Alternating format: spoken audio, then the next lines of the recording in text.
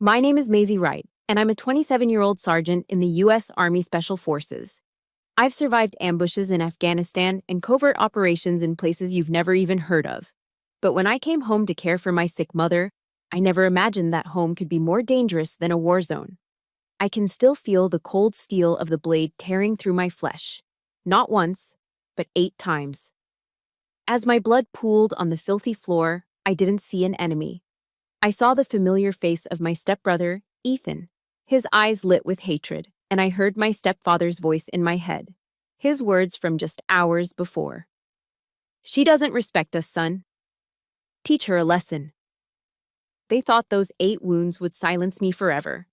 But they didn't know that their every move had been recorded. And they had woken up something far more terrifying than a soldier. They had woken up an entire army. If you have ever been wronged by your own family, let me know where you're watching from. Hit that like button and subscribe, because this is a story about finding your real family in the most unexpected of places, and about a justice so powerful it can heal any wound. Stepping out of the taxi in Charleston, the thick, humid air hit me like a heavy blanket, a familiar feeling I hadn't missed. The city's historic charm, with its cobblestone streets and iron-wrought balconies, felt like a world away from the dread coiling in my stomach. The house itself was the same small, single-story home, its pale yellow siding peeling near the gutters like sunburnt skin. But the moment I pushed open the groaning screen door, a stale, suffocating scent of old cigarettes and dampness confirmed this wasn't a homecoming. It was an infiltration. My stepfather, Gerald, was cemented in his worn-out armchair, the glow of a baseball game flickering across his impassive face. He glanced up over his reading glasses, his eyes holding no warmth, no recognition of the years I'd been away. "You're here," he grunted, his voice a low rumble.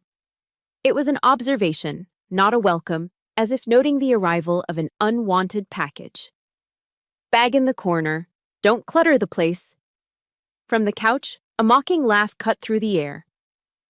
My stepbrother, Ethan, was sprawled out, a half-empty bottle of Budweiser dangling from his fingers, his posture a study in lazy contempt. "Well, look what the cat dragged in," he sneered, his eyes raking over my uniform pants and simple t-shirt. To them, my service wasn't a source of pride. It was a bizarre costume, a game I was playing. "Come home to play soldier, Maisie." My mother, Martha, then hurried from the kitchen, wiping her damp hands on a faded floral apron. "Maisie, honey, you're home." She wrapped her arms around me, but the hug was quick, frantic, her bones sharp beneath my hands. Her body was tense, and her eyes kept darting towards Gerald, a silent, reflexive check for his approval. She whispered, "Welcome home." But the words felt hollow, stripped of meaning. With Gerald's cold, dismissive stare on my back and the venom in Ethan's smirk, I knew with chilling certainty. I was in enemy territory. Later, the tension coiled itself around the dinner table, a silent fourth member of the family. The food my mother had spent the afternoon preparing sat on our plates, lukewarm and unappetizing. The mashed potatoes were lumpy and tasted of instant flakes, the green beans overcooked to a dull, sad gray. It was food made from obligation, not love. Gerald cleared his throat, the sound sharp and commanding, signaling the start of his training session. "So, what did they teach you in that army?" he began, not looking at me but at the wall behind me, as if I were a ghost he was forced to acknowledge. "Probably just to shoot guns and run around like a man. In this house, there are rules. Manners." He shoved a bowl of the mashed potatoes towards me, the aggressive slide of ceramic on wood a small act of violence. "Eat. Your mother cooked all afternoon. Don't be disrespectful." My training demanded a high-protein, low-carb diet for peak physical readiness. The thought of the heavy, starchy meal turned my stomach. "I'm not that hungry, thank you," I said, my voice carefully even, a practiced calm I used in the field. Ethan let out a bitter, explosive laugh. "Too good for home cooking now. Guess you're used to that fancy government chow." He took a large, sloppy bite, chewing with his mouth open, a deliberate display of vulgarity meant to provoke. I thought of the MREs I'd shared with my unit in the middle of nowhere. The simple, functional food tasting like a feast because of the camaraderie around me. I felt more family in those dusty, dangerous places than I did here, in this suffocatingly quiet dining room. I felt like a prisoner under interrogation. Every word, every bite I didn't take was scrutinized and weaponized. I wasn't their daughter or sister. I was a foreign entity, an unwelcome presence whose very existence needed to be controlled. The silence between their jabs was thick with years of unspoken resentment. I kept my head down, staring at a chip in my plate, my stomach twisting into a tight, painful knot. This wasn't a meal, it was a punishment. After dinner, I retreated to my old bedroom, desperate for a pocket of peace, a space to just breathe. But that sanctuary had been violated. The room was barely recognizable. Ethan's dirty clothes were piled on the floor, emitting a sour smell, and empty beer cans littered my old dresser like fallen soldiers. A thick layer of dust covered everything.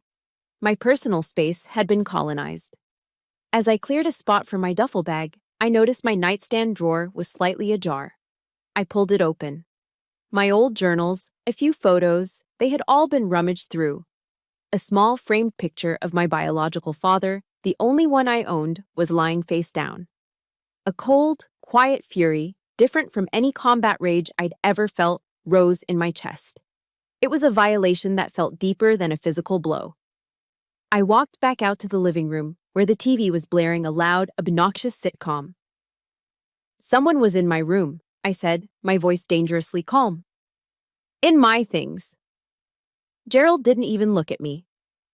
"I was looking for a screwdriver," he said, his tone flat, unapologetic, the lie lazy and insulting. "This is my house. I can go into any damn room I want. You got a problem with that?" I stared at him, at the absolute, unshakable ownership in his voice. He wasn't just claiming the house, he was claiming me, my memories, my right to privacy. My training screamed at me to de-escalate, to observe, to not engage a superior force on unfavorable terms. Arguing was pointless. It would only give him the satisfaction of a fight. I turned and walked back to my room, but the flimsy door offered no protection. I didn't sleep that night. I just sat in the darkness, listening to their drunken argument through the wall, the words indistinct, but the anger clear. Any sense of safety was gone. I was a soldier trained for hostile environments, yet I'd never felt so utterly, helplessly exposed. The next afternoon, I found my mother on the back porch, staring into the overgrown yard where weeds choked the life out of her old rose bushes. The air was thick with the scent of jasmine and the incessant, droning buzz of cicadas. She looked so small, so fragile in her rocking chair. I pulled up another chair beside her, the plastic legs scraping against the concrete. "How are you feeling today, Mom?" I asked softly. She avoided my gaze, her eyes fixed on a distant, dying tree. "I'm fine, honey. Don't you worry." Her voice was thin, brittle as a dried leaf, but I had seen it. As she reached for her glass of iced tea, her sleeve had ridden up just enough. A dark, ugly bruise was blooming on her wrist, shaped unmistakably like fingerprints. My blood ran cold. I pointed to it gently. "What about this?" Her reaction was immediate, visceral panic. She yanked her sleeve down, her whole body tensing. "I fell," she whispered frantically, the words rushing out. "I just tripped. Maisie, please, don't ask any more. Just pretend you didn't see it, for God's sake." She finally looked at me, her eyes pleading with a terror that broke my heart into 1,000 pieces. "Your being here, it's already making Gerald agitated. Please, don't add fuel to the fire." Her plea was a knife in my gut. It wasn't a request for silence to protect herself. It was a command for my compliance to appease him. She was asking me to become invisible, to deny my own eyes, to maintain a toxic, fragile peace. Looking into her terrified eyes, I saw the devastating truth. She was a casualty of a war she had surrendered to long ago. She had made her choice, and in doing so, had left me alone on the battlefield. I sat there in the stifling quiet, the rhythmic creak of her rocking chair counting down the seconds to a disaster I could feel in my bones. This deep-rooted hatred, This quiet, suffocating cruelty. Where did it all begin?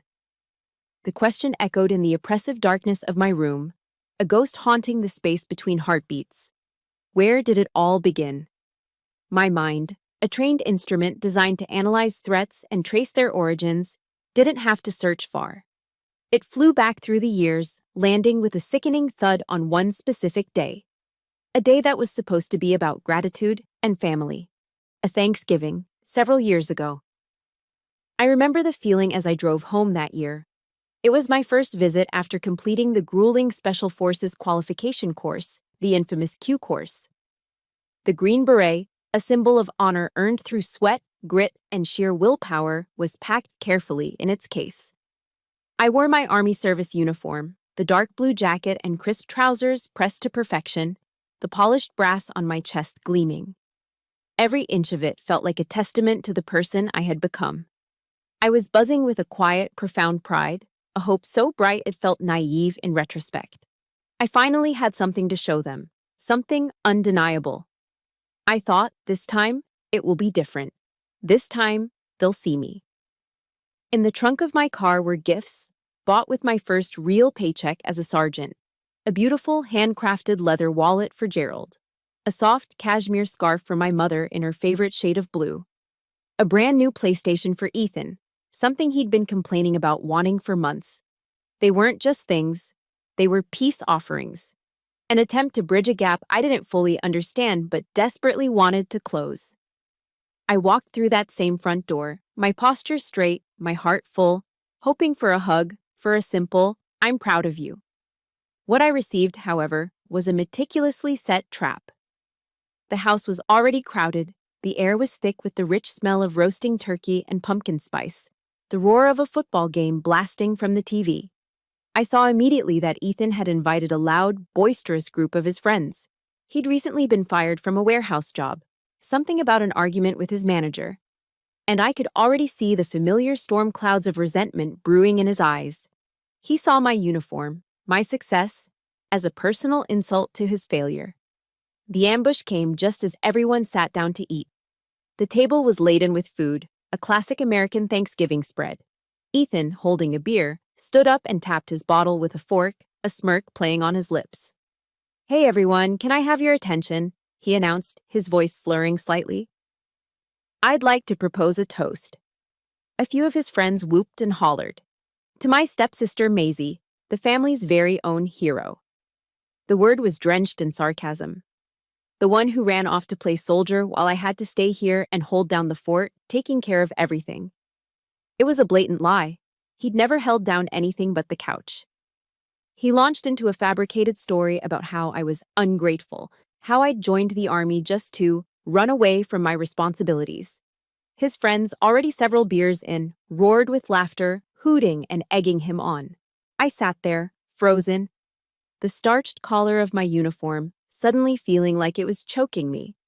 I felt a dozen pairs of eyes on me, some curious, some mocking.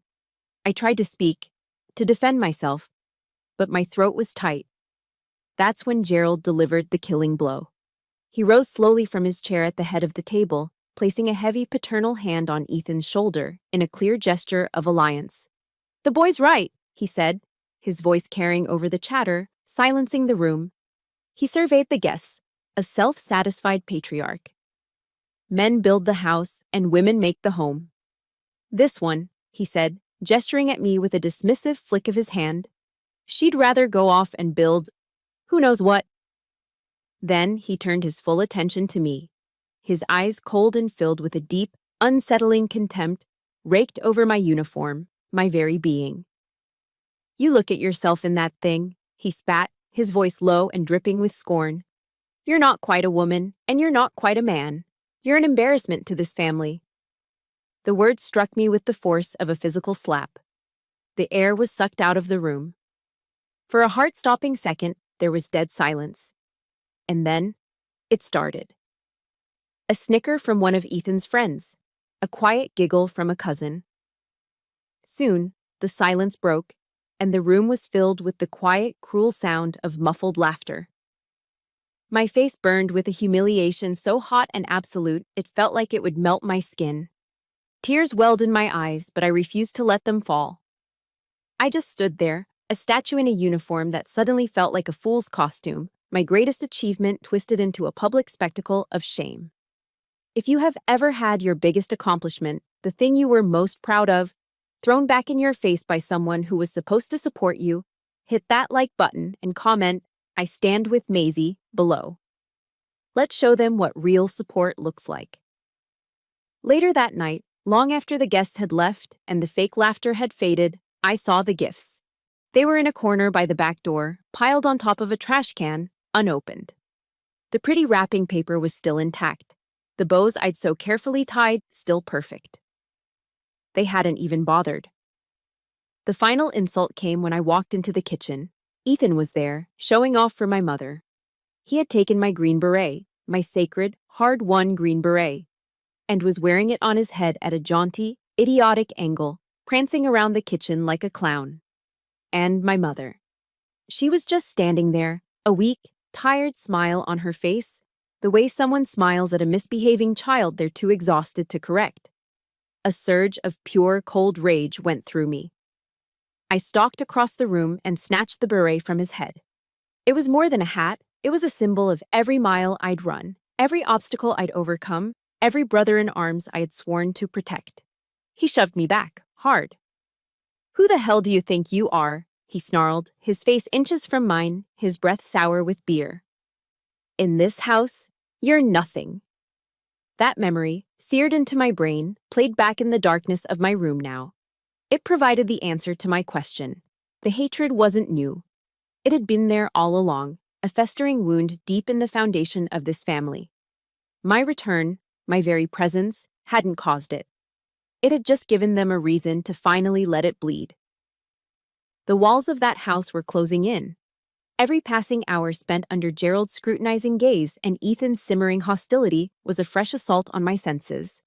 The air itself felt thin, stripped of oxygen, replaced by a toxic blend of resentment and control. I had to get out. It wasn't a desire, it was a tactical necessity.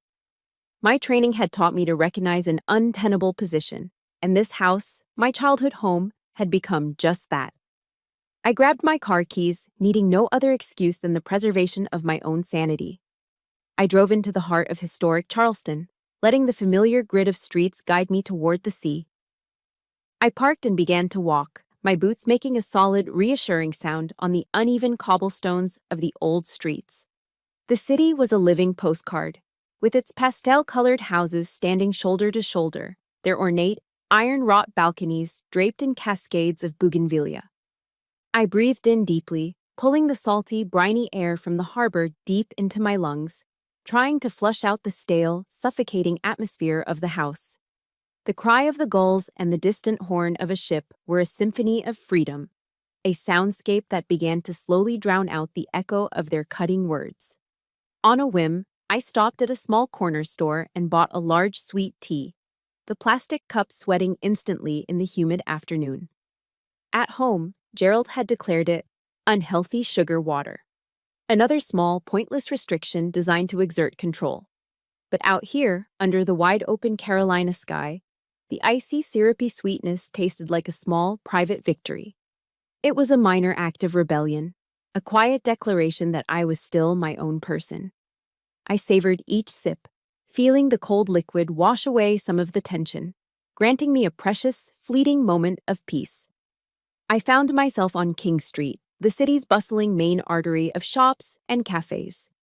Tourists ambled along, their cameras clicking, their laughter light and carefree. For a few minutes, I allowed myself to just blend in, to be an anonymous face in the crowd, a soldier on leave enjoying a peaceful afternoon. But a soldier is never truly off duty. My senses, honed by years of navigating hostile environments, are always scanning, assessing, listening. And as I passed a high-end boutique, my internal alarm system, the one that had kept me alive in dusty back alleys halfway across the world, suddenly blared a silent, urgent warning. My eyes snapped to a scene unfolding just ahead. An older man sat in a wheelchair, a faded U.S. Marine Corps cap perched on his head. His path was blocked by a trio of young men, their swagger fueled by cheap beer and an arrogant sense of entitlement. They were jeering at him, their laughter loud and ugly. One of them, the clear ringleader with a cruel smirk, leaned down and mocked the man's hat. Then, with a look of utter disdain, he spat on the ground, a glob of saliva landing inches from the veteran's wheel. I watched the crowd. People saw it. A woman pushing a stroller quickened her pace, her eyes fixed on the pavement. A couple holding hands glanced over and then looked away, suddenly fascinated by a storefront window. Their silence, their collective decision to pretend nothing was happening, was a different kind of violence. Their apathy was as cruel as the spit on the ground. They were leaving a man, a Marine, to fight a battle alone. And that was something I could not let stand. I didn't hesitate for a single second. My body moved before my mind had time to weigh the consequences. I closed the distance in a few long, purposeful strides, my posture erect and solid. I didn't push or shove. I simply stepped between the man in the wheelchair and the threat, creating a human shield. I didn't say a word. I just looked at the ringleader, my gaze level and direct. My eyes, I've been told, go flat and cold in these moments. It's the look of someone who has seen far worse things than 3 drunken punks on a sunny afternoon. The ringleader's smirk faltered. My sudden, silent appearance had thrown him off his rhythm. He puffed out his chest, trying to reclaim his dominance.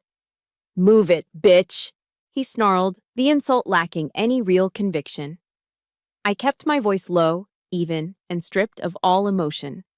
It was the same tone I used to give orders in the field, a tone that expected and received absolute compliance. "You have 3 seconds," I said, my eyes locked on his, "to get your friends out of here before I help you do it." There was no anger in my voice, no threat of a brawl. There was only a calm, unshakable certainty. He saw it in my eyes. He saw that I wasn't making a suggestion. I was stating a fact. A flicker of fear, then confusion, crossed his face. He and his friends exchanged uneasy glances. They had been looking for a soft target, an easy victim to amuse themselves with. They hadn't counted on this. The ringleader muttered a curse under his breath, gave me one last hateful glare, and then turned, herding his friends away. They disappeared back into the anonymous flow of the crowd. The silence they left behind was filled with the sounds of the city, suddenly loud again. The man in the wheelchair looked up at me, his aged, tired eyes shining with a profound and immediate gratitude. You didn't have to do that," he said, his voice a little shaky. I just shook my head. "It was the right thing to do, sir." He nodded, a small sad smile touching his lips. He pointed to the globe, eagle, and anchor on his cap. "Marines," he said simply. I tapped my chest. "Army," I replied. "Special Forces." An unspoken understanding passed between us, a bond forged in shared service that transcended branches, generations, and circumstance. We were 2 soldiers on a peaceful street, recognizing a kindred spirit. I walked with him to his van, which was parked nearby. As he prepared to use the ramp, he reached out and took my hand, his grip surprisingly strong. "Thank you, soldier," he said, his voice thick with emotion. He looked down at his legs, then back up at me, his gaze fierce and proud. "They can take my legs, but they can't take our honor." His words hit me with the force of a physical blow, but in the best way possible. Honor. It was the very thing I felt was being stripped from me in that house, the thing Gerald and Ethan were trying to grind into dust with their words and their contempt. This stranger, this brother in arms, had just handed it back to me, whole and untarnished.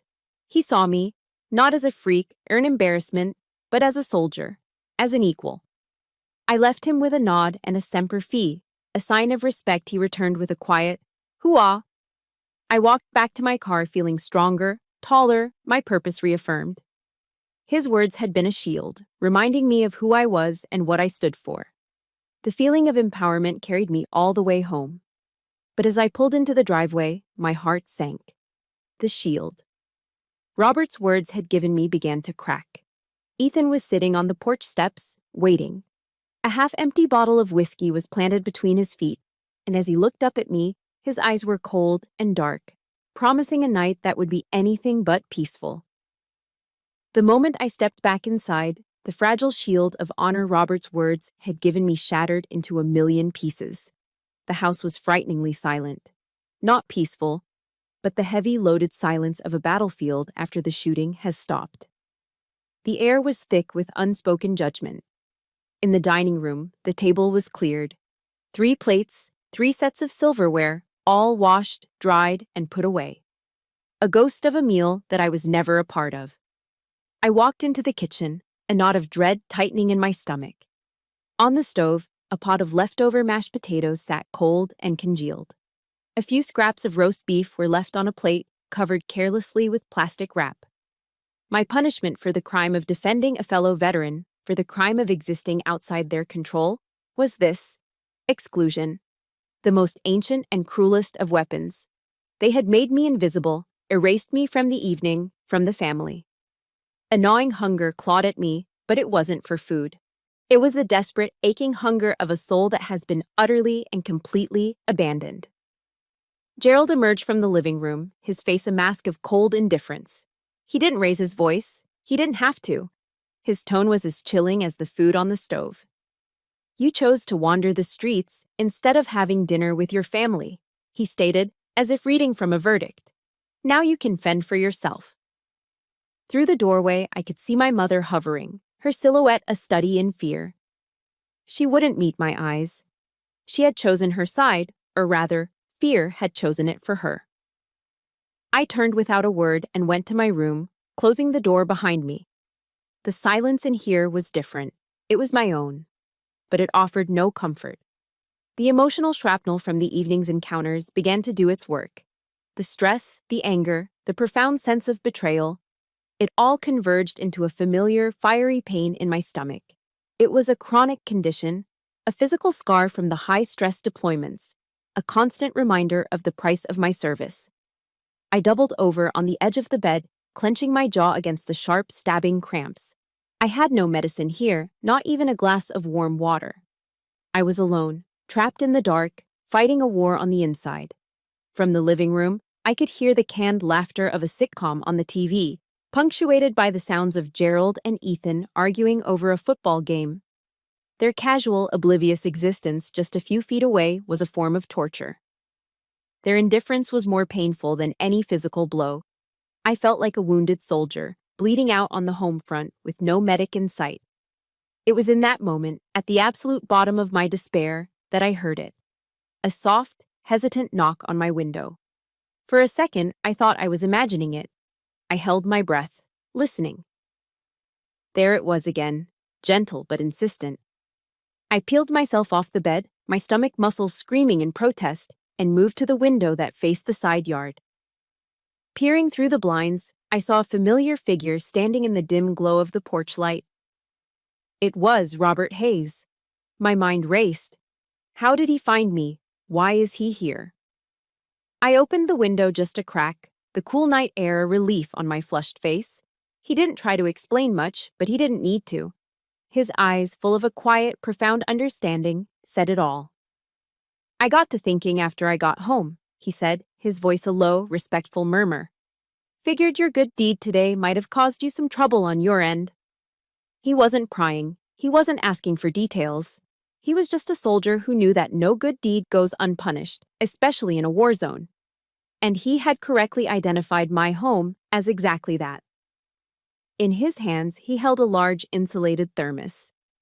"My wife, Sarah, she made some chicken soup," he explained, a small, kind smile touching his lips. "She says there's nothing a hot bowl of chicken soup can't fix." He held it out to me. He didn't try to come in, didn't overstep.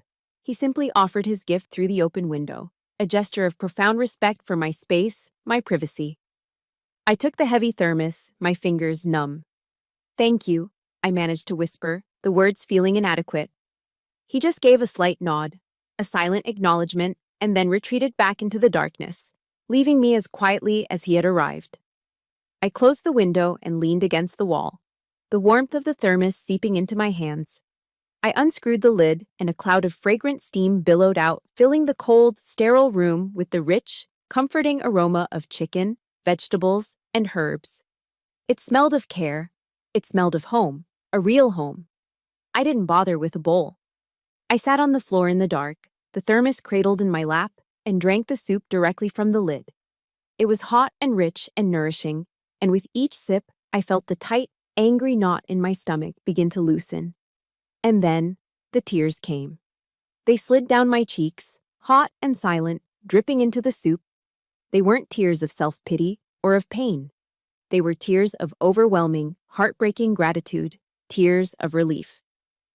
For the first time since I'd come back, I felt warmth. It spread from my stomach through my entire body, a gentle heat that had nothing to do with the soup and everything to do with the gesture behind it. A man I had saved only a few hours ago had shown me more compassion, more simple human decency than my own family had in years. This bowl of soup wasn't just food, it was medicine. It was proof that I wasn't invisible. Someone saw me, and in that dark, lonely room, that small flicker of recognition was enough to reignite a hope I thought had been extinguished for good.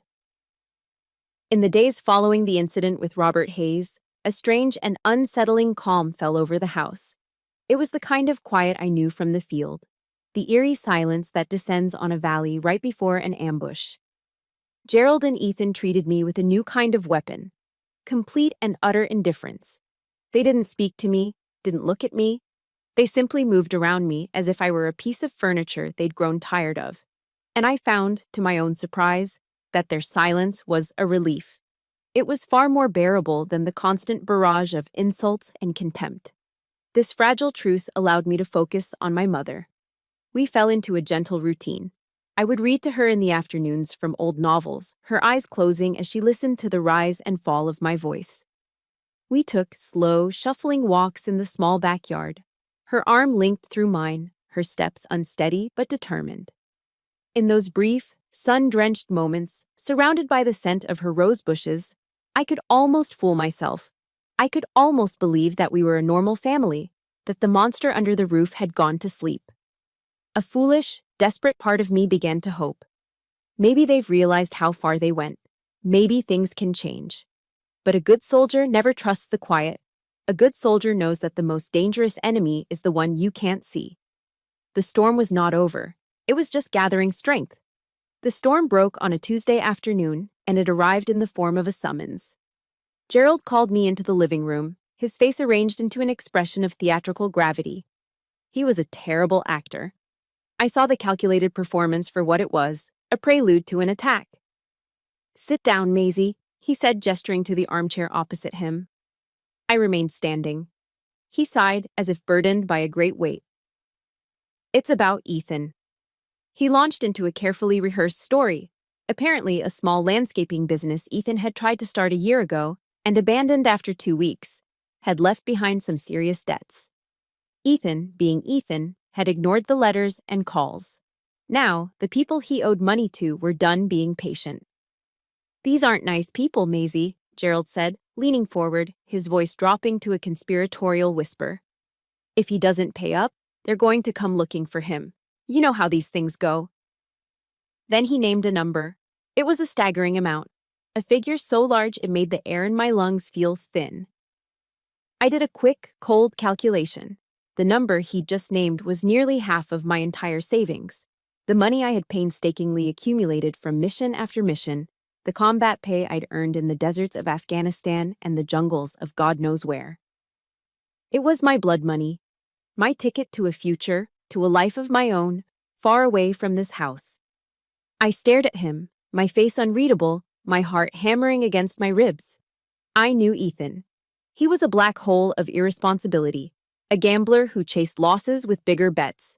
This wasn't a business debt. This was something uglier. And they wanted me to pay for it.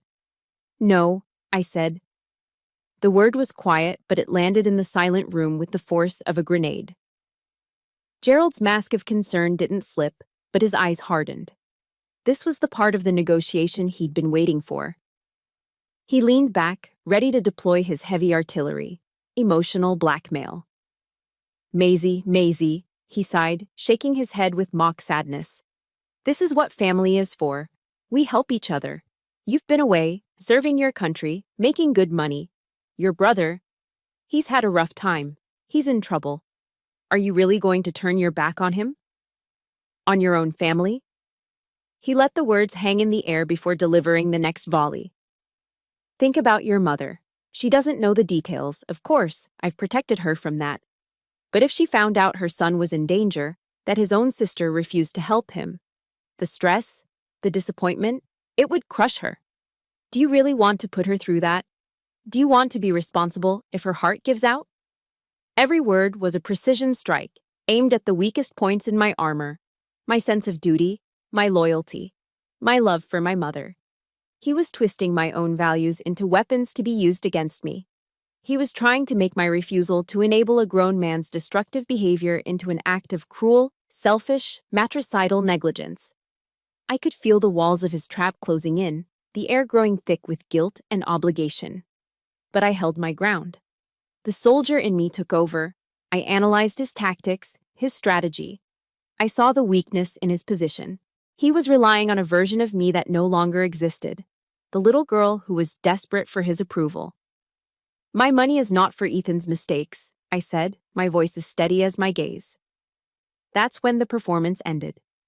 The mask of the concerned father dissolved, revealing the furious, manipulative tyrant underneath. He slammed his hand down on the coffee table, making a half-empty glass jump and rattle. "Don't you take that high and mighty tone with me," he roared, his face turning a blotchy red. "Don't you pretend to be better than us.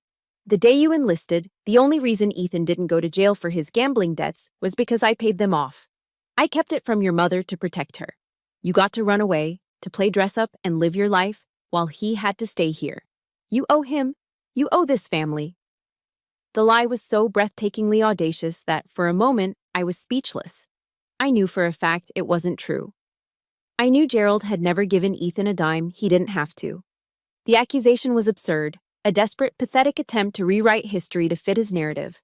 It was the final, clarifying piece of evidence. There was no reasoning with him. There was no family to save. There was only an enemy combatant trying to seize my resources for his own gain. I looked at him, truly looked at him, and all the years of fear and intimidation just evaporated. He wasn't a powerful patriarch. He was just a loud, pathetic bully. I let the silence stretch, watching the rage build in his eyes. He was expecting me to cry, to argue, to break. I did none of those things. I met his furious glare with a gaze of absolute glacial calm. And then I gave him my final answer. No. The word was a quiet death sentence to his plans.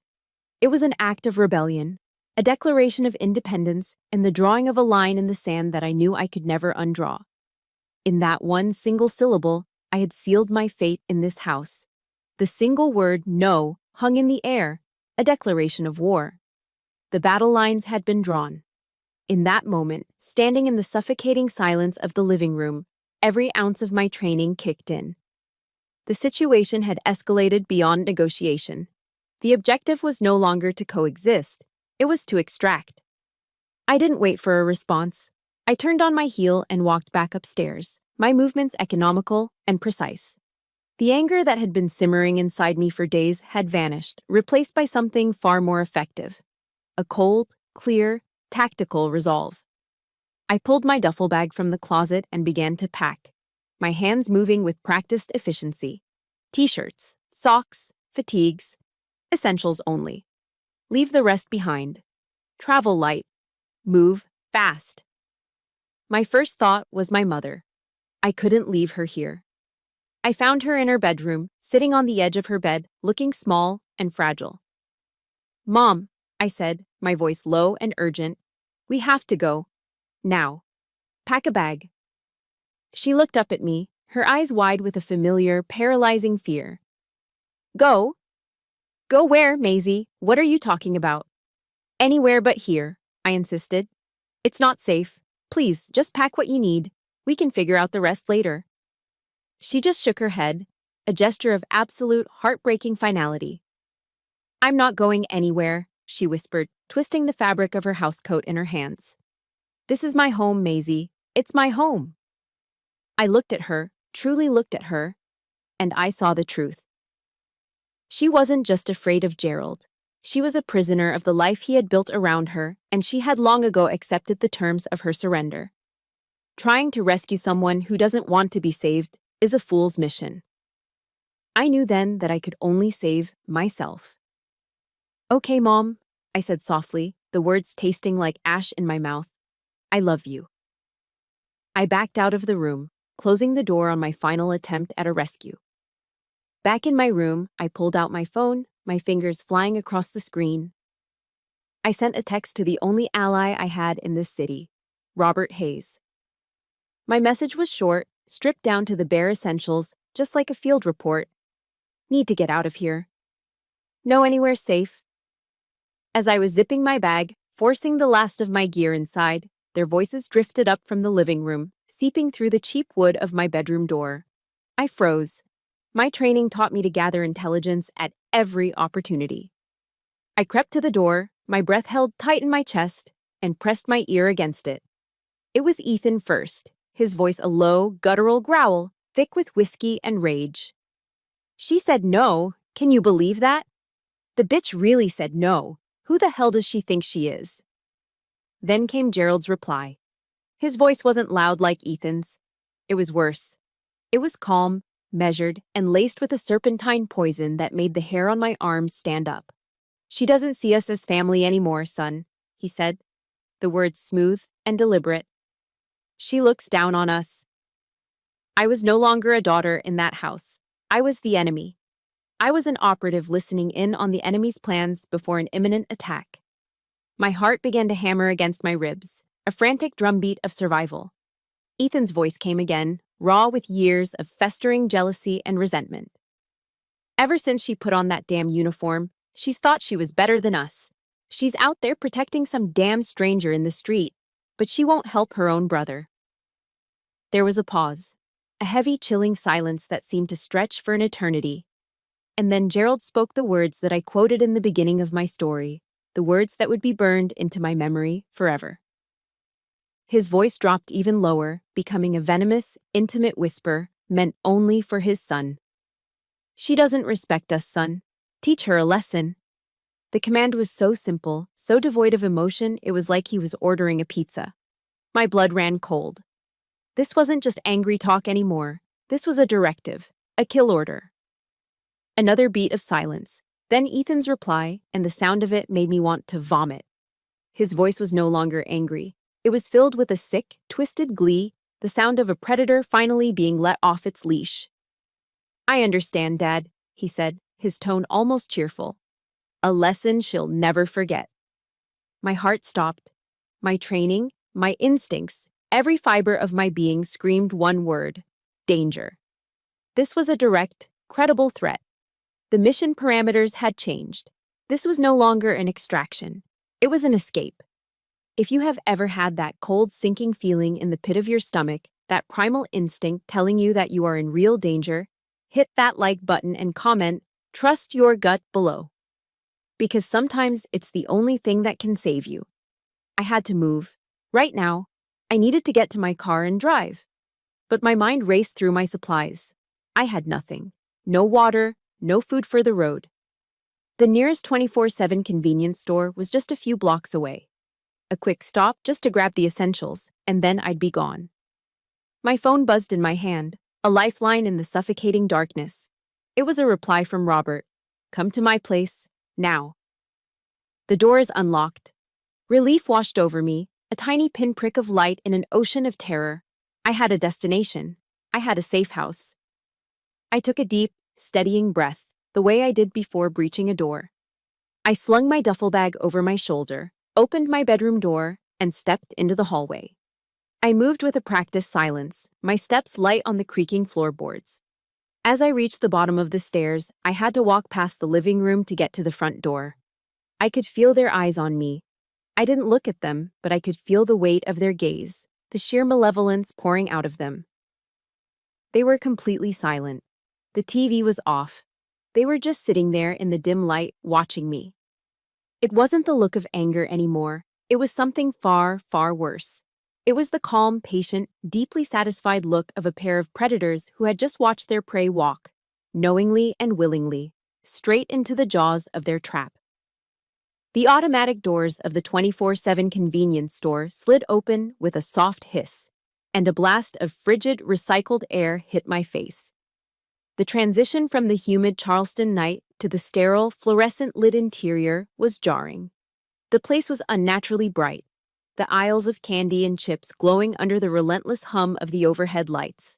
My plan was simple: grab a bottle of water, a couple of energy bars, and get to Robert's house. A tactical resupply before moving to the safe zone. My senses were on high alert, every sound magnified. The clink of a glass bottle, the crinkle of a chip bag, the low murmur of the cashier talking on the phone. As I moved toward the refrigerated section, a familiar figure near the checkout counter caught my eye. It was Robert Hayes, maneuvering his wheelchair with some difficulty around a promotional display. He saw me at the same moment, and a look of genuine relief washed over his tired features. "Well, I'll be," he said, his voice a warm, welcome sound in the cold store. "Glad to see a friendly face." That brief, unexpected moment of camaraderie, of finding an ally in the middle of a war zone, was a dangerous thing. It made me drop my guard for just a fraction of a second, and a fraction of a second is all the enemy ever needs. The automatic doors hissed open again. My head snapped toward the sound, and my blood ran cold. Ethan stumbled in, his movements clumsy with alcohol. Flanking him were two of his grimy friends, the kind of guys who orbit losers, hoping to catch some of the drama. The trap I thought I had evaded at the house had just been reset. Ethan's bloodshot eyes scanned the store and locked onto us. A slow, venomous smile spread across his face. It wasn't a smile of mirth. It was the predatory grin of a hyena that has cornered its prey. He and his friends began to stalk toward us, their heavy boots loud on the cheap linoleum floor. "Well, well, look what we have here," Ethan slurred, his voice dripping with malice. He gestured drunkenly between me and Robert. The happy couple, the heroes. He got closer, the sour smell of cheap liquor rolling off him in waves. He leaned in toward me. "Did you run away from home to be with this old cripple, you backstabbing bitch?" Robert tried to de-escalate. "Easy now, son," he said, his voice calm but firm. "Let's all just take a breath." Ethan whipped his head toward him, his face contorted with rage. "You shut your mouth, you washed-up old man," he spat. He turned back to me, poking a finger hard into my chest, right on my sternum. "You picked a side, now you get what's coming to you." Every instinct screamed at me to neutralize the threat. My training provided a dozen ways to put him on the floor in under 5 seconds. But I wasn't in a war zone. I was in a convenience store in Charleston, South Carolina. And this was my stepbrother. So I did the one thing my training didn't account for. I hesitated. I took a step back, instinctively moving to put myself more fully between Ethan and Robert. I knew words were useless now. The lesson was about to begin. It happened in a flash. Ethan's hand went to his belt, and suddenly there was a glint of metal under the fluorescent lights. A hunting knife. My body moved on pure instinct. My primary mission objective wasn't to fight. It was to protect. The first stab. He lunged, aiming for my stomach. My left arm came up in a block, the blade slicing through my jacket and across my forearm. A sharp, searing line of fire. The second stab. I twisted my body, turning my side to him to keep my vital organs away from the blade while shielding Robert completely. The knife sank into my side, just above my hip. A deep, sickening pain that took my breath away. Ethan's two friends, emboldened, swarmed in. One of them threw a clumsy punch that connected with my jaw, snapping my head back. The store seemed to tilt on its axis. In that moment of disorientation, Ethan struck again. The third and fourth stabs. 2 quick, brutal thrusts into my back and shoulder. I felt the impacts more than the cuts, like being punched with a fistful of sharp rocks. I heard Robert yelling, his voice cracking with panic and horror. The store, which had been filled with small noises just moments before, fell into a dead, ringing silence. All I could hear was my own ragged breathing and the thud of bodies colliding. I saw the other customers, frozen in the aisles, their faces pale masks of shock. A few phones came up, small dark rectangles capturing the scene. "Call 911, I screamed, my voice raw. The fifth, sixth, and seventh stabs. He was in a frenzy now, a wild animal, just stabbing at anything he could reach. I felt the blade tear into my thigh, my other arm, my upper chest. Blood was everywhere. It was warm and slick, soaking through my clothes, making the floor slippery beneath my boots. My vision started to tunnel, the bright lights of the store blurring at the edges. But I didn't fall. I braced myself, my feet planted, my body a living shield. I would not let him get to the man behind me. The eighth and final stab. He put all his weight behind this one. The blade plunged deep into my abdomen. It wasn't a sharp pain this time. It was a deep, catastrophic tearing, a white-hot agony that seemed to obliterate everything else. The strength went out of my legs. The sight of the blood, so much of it, finally seemed to penetrate Ethan's drunken haze. His eyes widened in panic. He looked at the knife in his hand as if seeing it for the first time. He and his friend scrambled backward, turned, and bolted out the door, leaving a deafening silence in their wake. My knees buckled.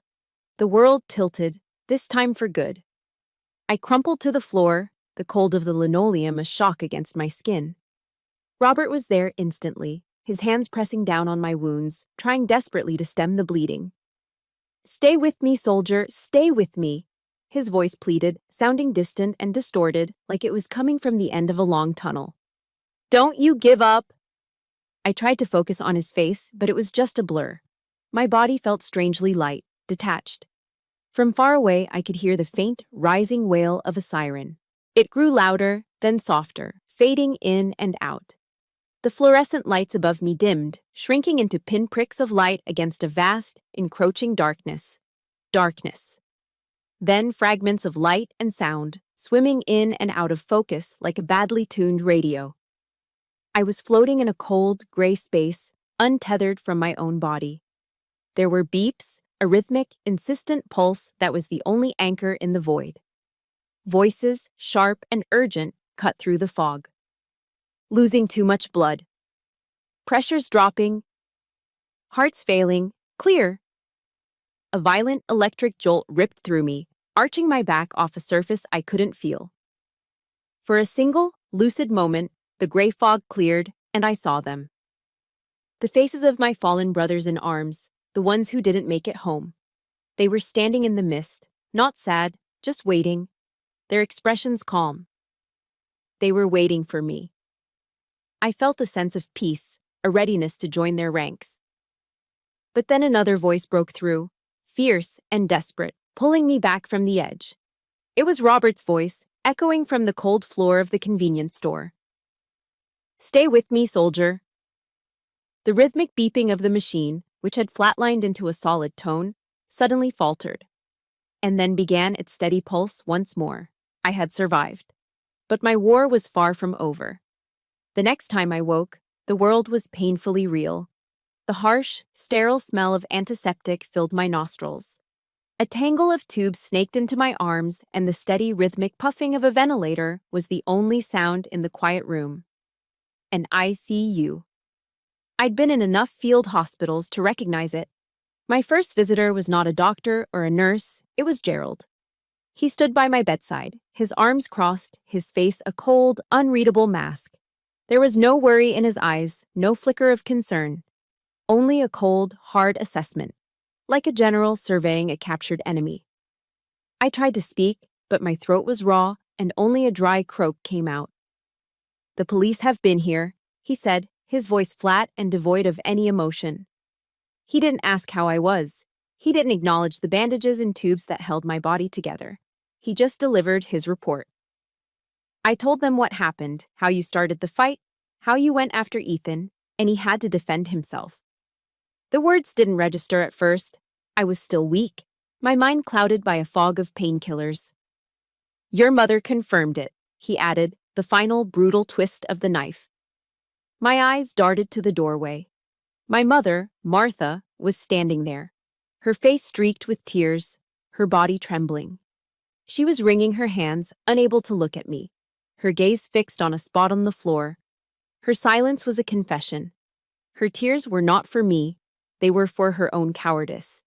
The ultimate betrayal, the most monstrous lie, had been told and validated. It was a wound deeper and more septic than any of the 8 stab wounds I was recovering from. In that moment, helpless in my hospital bed, I felt a despair so absolute that I wished the doctors had let me go. Justice, it seemed, had died on the operating table. 2 days passed in a blur of pain, medication, and the suffocating presence of my mother's silent guilt. Then, a new visitor appeared. He introduced himself as Detective Miller, a tired-looking, middle-aged man in a rumpled suit. He had the weary eyes of someone who had seen too much of the worst of humanity, but there was a kindness in them too. He pulled up a chair and sat down, his movements slow and deliberate. "Sergeant Wright," he said, his voice gentle. "I know you're in a lot of pain. I just need to hear your side of the story, whenever you're ready." Slowly, painfully, I told him everything. From the moment I'd arrived home to the final, agonizing stab in the convenience store. He listened patiently, never interrupting, his gaze never leaving my face. When I finished, my throat was dry, and my body was shaking with exhaustion. He didn't say anything for a long moment. He just nodded slowly. Then, he reached into his jacket and pulled out a tablet. He placed it on the rolling table over my bed and pressed play. The screen flickered to life. The image was grainy, shot from a high angle, the colors washed out under the fluorescent lights. It was the security camera footage from the store. I watched, mesmerized, as the scene unfolded exactly as I remembered it. Ethan's aggressive approach, my instinctive move to shield Robert, the glint of the knife, and then the brutal, relentless attack. It was all there, every stab, every moment of my defiance, every second of his savagery. "We also got cell phone videos from 3 different witnesses," Detective Miller said quietly, as if narrating the scene. "Their stories line up perfectly with what we're seeing here." I stared at the screen, at the undeniable, objective truth of what had happened. The tears that had been frozen inside me for 2 days finally began to thaw. They streamed down my face, hot and silent. But for the first time, they were not tears of pain or despair. They were tears of pure, unadulterated relief. I wasn't crazy, I hadn't imagined it.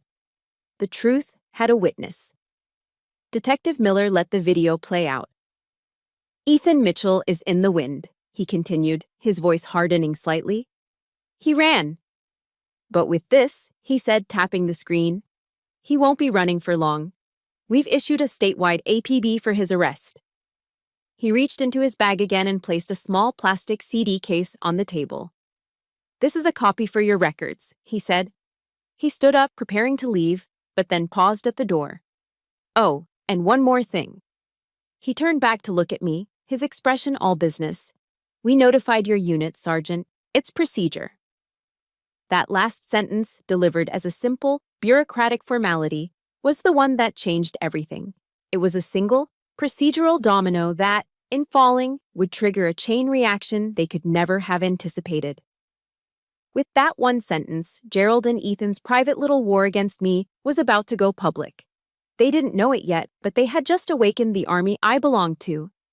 The news that Ethan had been apprehended came from Detective Miller via a short, professional phone call. They'd caught him trying to cross the state line into Georgia. A wave of profound relief washed over me, so strong it left me lightheaded. For a moment, I allowed myself to believe that the worst was over, that the system would now run its course. That relief lasted for exactly 12 hours.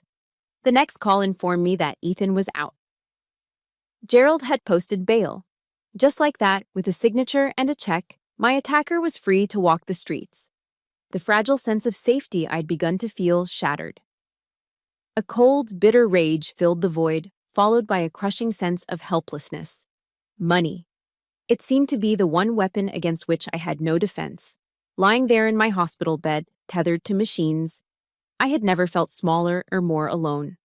The justice system, the one I'd been raised to believe in, had failed me. But I was wrong.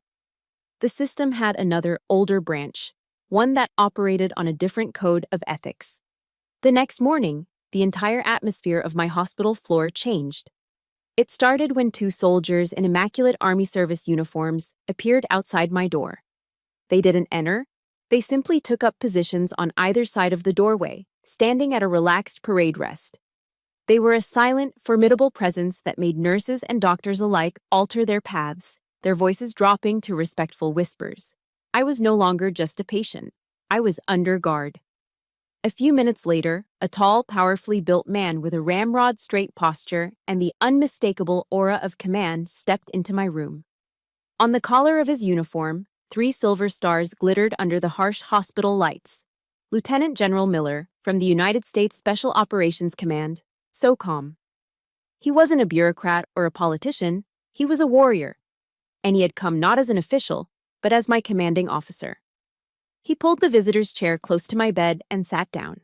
His movements economical and precise. His presence filled the small room. But it wasn't intimidating, it was reassuring. "Sergeant Wright," he said, his voice a deep, calm baritone that held a quiet authority. He looked directly at me, his gaze steady and clear.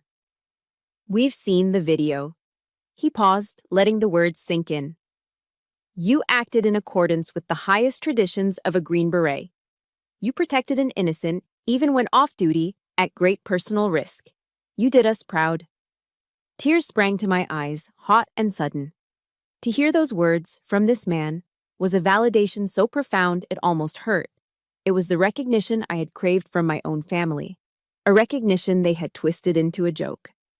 General Miller continued, his voice hardening almost imperceptibly.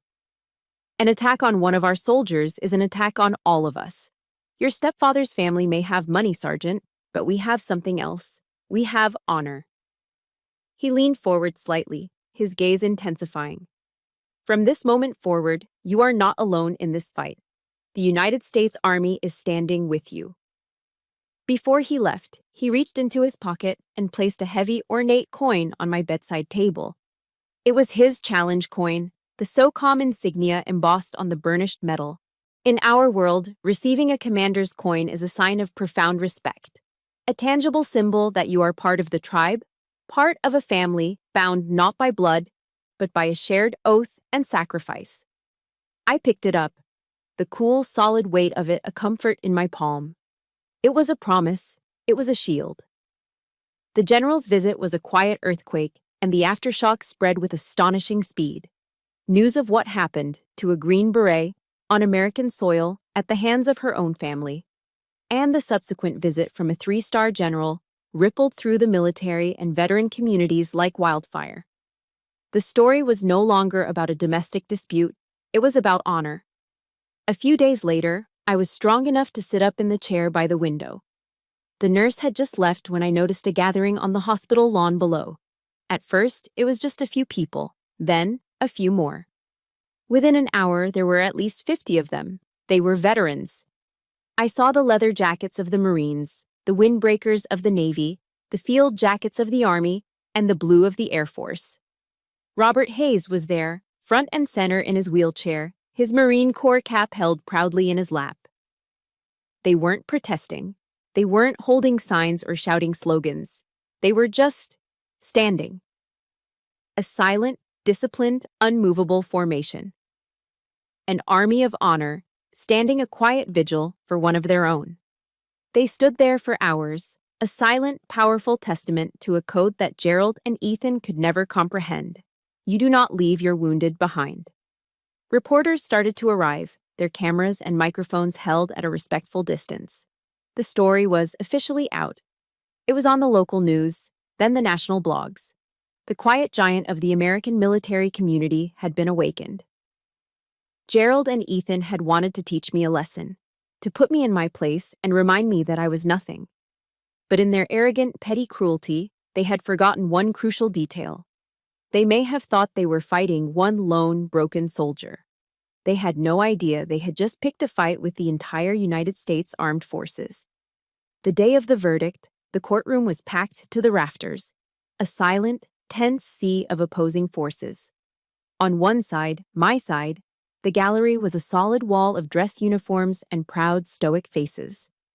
Active duty soldiers sat shoulder to shoulder with veterans, their presence a quiet, unshakable testament to the code we all shared. Robert Hayes was in the front row, wearing his own Marine Corps dress blues, his back as straight as his wheelchair would allow. On the other side sat a sparse collection of Gerald and Ethan's acquaintances, looking uncomfortable and out of place. Ethan and Gerald sat at the defendant's table, looking small and pathetic under the weight of the state's prosecution. The trial had been swift. The prosecution's case was simple and devastatingly effective. When the lead prosecutor played the security camera footage on the large screens, a collective gasp sucked the air out of the room. The grainy, silent video was more powerful than any testimony. It showed the unvarnished truth, the provocation, my defense of Robert, and the brutal, relentless violence that followed. The jury was captivated, their faces a mixture of horror and disgust. But the final, fatal blow to their defense came from the most unexpected of sources: my mother. When the prosecutor called Martha Wright to the stand, she looked like a ghost, her face pale and her hands trembling. Gerald shot her a look of pure venom, a silent threat across the courtroom. But for the first time in her life, she didn't flinch. Her testimony began as a barely audible whisper, but as the prosecutor gently guided her, her voice grew stronger. She recounted the events of that night, her words painting a damning picture of Gerald's manipulation and Ethan's seething rage. The prosecutor asked the final question. "Mrs. Wright, did you hear your husband, Gerald, say anything to your son, Ethan, before your daughter left the house that night?" My mother took a deep, shuddering breath. She looked past Gerald, past Ethan, and for the first time in years, she looked directly at me. Her eyes were filled with a universe of pain and regret. "Yes," she said, her voice cracking as a sob broke through. He told him to teach her a lesson." The words hung in the air, an admission of guilt that sealed their fate. She broke down completely then, her body shaking with uncontrollable sobs of a woman who had finally chosen truth over fear. The jury was out for less than an hour. The foreman, a stern-faced woman with tired eyes, handed the verdict to the bailiff. The room was so quiet I could hear my own heart beating in my ears. The foreman cleared her throat and read the verdict. For Ethan Mitchell, on the charge of attempted murder, guilty. For Gerald, on the charges of conspiracy and incitement to violence, guilty. A wave of relief so powerful it almost buckled my knees washed over me. The sound of the judge's gavel striking the wood was the sweetest sound I had ever heard. It was the sound of the end. It was the sound of justice. Before they were sentenced, I was given the opportunity to read my victim impact statement. I walked to the podium, my steps steady, my gaze fixed. I didn't look at them. I didn't waste a single glance on the two men who had tried to destroy me. Instead, I looked at Robert Hayes. I looked at the soldiers and veterans who had filled the courtroom for me every single day. I looked at my real family. "The oath a soldier takes is to support and defend," I began, my voice clear and strong, carrying to every corner of the room. "That oath doesn't come with an expiration date. It doesn't apply only on a foreign battlefield. It applies in a convenience store. It applies on a quiet city street. It applies in your own home." I finally allowed my eyes to drift over to them, not with hatred, but with a cold, final pity. "You tried to take my life," I said. "You failed. You tried to take my honor. You failed. The only thing you ever managed to take from me was my silence." As the bailiffs led them away in handcuffs, Ethan to serve 15 years, Gerald to serve 5, I didn't feel triumph. I just felt a profound, limitless sense of peace. The war was finally over. My recovery, both physical and psychological, was the hardest mission I've ever undertaken. But this time, I wasn't alone. The Army provided the best therapists, specialists who understood the unique intersection of combat trauma and personal trauma. Robert Hayes became my closest friend, my confidant. We would meet for coffee, attend veteran support group meetings together, and talk for hours. Two old soldiers healing from different wars. It was in one of my therapy sessions that I had a breakthrough. I was talking about the anger, the feeling of being at war in my own home, when a memory surfaced. My grandmother, a deeply religious woman, used to read the Bible to me. A specific verse came to mind, clear as day. Blessed are the peacemakers, for they will be called children of God. And in that moment, I understood. My actions, in the convenience store, in the courtroom, in my own life, they weren't about making war. They were about making peace. You don't create peace by being passive. You create it by standing up to violence, by shielding the innocent, by stopping the chaos. That realization settled something deep in my soul. It gave me a new mission. A year later, the physical scars remained, a faint, silvery map of that night's violence, but the internal wounds had begun to heal. I knew I couldn't go back to the battlefield. My fight was here now. Robert and I pooled our resources and our shared sense of purpose and started a nonprofit organization. We called it the Shield Project. Our mission is to provide free support, legal aid, and self-defense training to victims of domestic violence, with a special focus on the unique challenges within military families. My story has a postscript, written not by me, but by the city of Charleston. On the side of the building next to that convenience store, a local artist painted a mural. It's a striking, powerful image of a female soldier in uniform, standing with her arms outstretched, shielding an older man in a wheelchair from the shadows. It has become a landmark, a symbol of hope and defiance. Sometimes I drive by and look at it. I see the woman I was and the woman I have become. My story, the one that began with so much pain and betrayal, is over. But my legacy, our legacy, is just getting started. Thank you for listening to my story. Sharing this wasn't easy, but it was necessary. My battle ended in a courtroom and found its purpose in the Shield Project. But I know that many of you might be fighting your own, quieter wars every day. This channel is a place for stories like mine, stories of survival, resilience, and finding the strength to stand up when you've been knocked down. If you believe in the power of these stories and want to be part of a community that understands, please like this video and subscribe. Remember, your voice is your weapon, and your honor is your shield. Never let anyone take them from you.